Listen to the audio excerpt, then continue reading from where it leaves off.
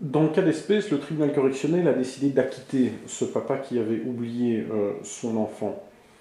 Euh, pour quel motif est-ce que le tribunal correctionnel a retenu une cause de justification en l'espèce? Dans ce cas-ci, il semblerait que le tribunal correctionnel n'ait pas retenu de cause de justification et que le tribunal ait simplement acquitté parce qu'il considérait qu'il n'y avait aucune faute qui avait été commise dans le chef du papa et qu'il s'agissait en réalité véritablement d'un accident, très malheureux certes, mais d'un véritable accident et que par conséquent il n'y avait pas lieu de condamner ce monsieur. Mais souvent on entend qu'une cause de justification donne lieu souvent à un acquittement. Mais alors c'est quoi une cause de justification? Mais c'est exact, une cause de justification donne lieu à un acquittement, on en entend souvent parler parce qu'elles sont souvent plaidées par les avocats dans le cadre de la défense de leurs clients. Une cause de justification, quand elle est retenue par le juge, eh bien elle fait disparaître l'infraction. Ça veut dire qu'une infraction qui a été matériellement commise par une personne, eh bien disparaît, si vous voulez, en quelque sorte, l'intention de commettre cette infraction disparaît et la personne pour qui on admet cette cause de justification est acquittée à ce moment-là. C'est une cause de justification qu'on rencontre souvent, en tout cas qui est très connue, est par exemple la légitime défense. Merci. Mais on confond souvent les causes de justification avec des circonstances atténuantes. Est-ce que c'est la même chose? Ce n'est pas du tout la même chose parce que quand je vous disais que les causes de justification faisaient disparaître l'infraction, ce n'est pas du tout le cas pour les circonstances atténuantes.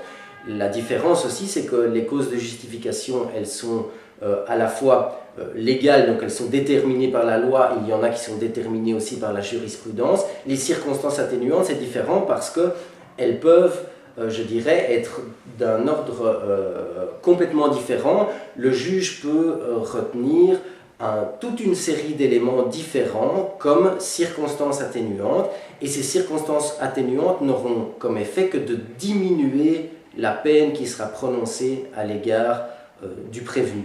C'est-à-dire, si je comprends bien, que l'échelle des peines peut être diminuée lorsque le juge reconnaît dans un cas d'espèce une des circonstances atténuantes que soit la jurisprudence admet, soit la loi précise. C'est bien cela.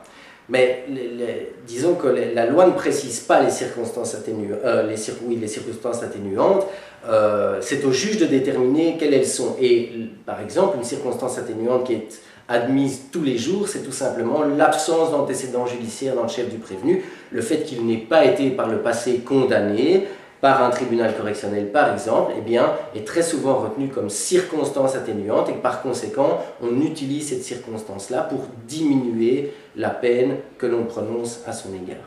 Mais par contre, les circonstances aggravantes, quant à elles, doivent être prévues par un texte. Oui, Toujours. toujours. Revenons-en alors à notre affaire, parce qu'en l'espèce, le parquet a sollicité la suspension simple du prononcé de la condamnation. C'est un terme un peu barbare. Est-ce que vous pouvez nous expliquer ce qu'il veut dire?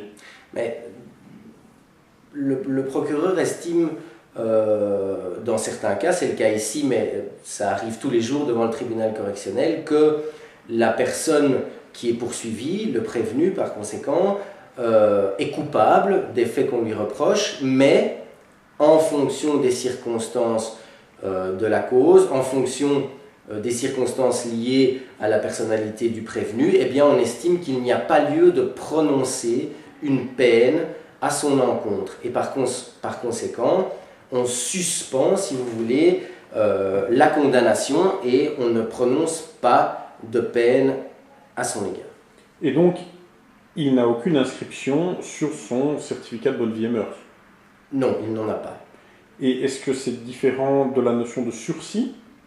Oui, parce que quand on est condamné, par exemple, à une peine de prison avec sursis, eh bien, c'est vrai qu'en fonction de l'étendue de ce sursis, eh bien, on ne doit pas faire la peine de prison à laquelle on est condamné, mais par contre, il y a une inscription sur le casier judiciaire et que la personne qui a été condamnée à une peine de prison avec sursis, quand elle va à la commune chercher son certificat de bonne vie et mœurs, eh bien elle ne l'obtient pas, ou en tout cas il y a une mention sur ce certificat qui fait que généralement ce sont des personnes qui décident de demander le certificat de bonne vie et mœurs pour le présenter à un futur employeur, eh bien soit elles ne l'obtiennent pas, soit il y a une mention, et forcément c'est très gênant quand on doit le déposer à son futur employeur. Eh bien, Maître Nardone, je vous remercie pour votre disponibilité. Merci à vous. À bientôt.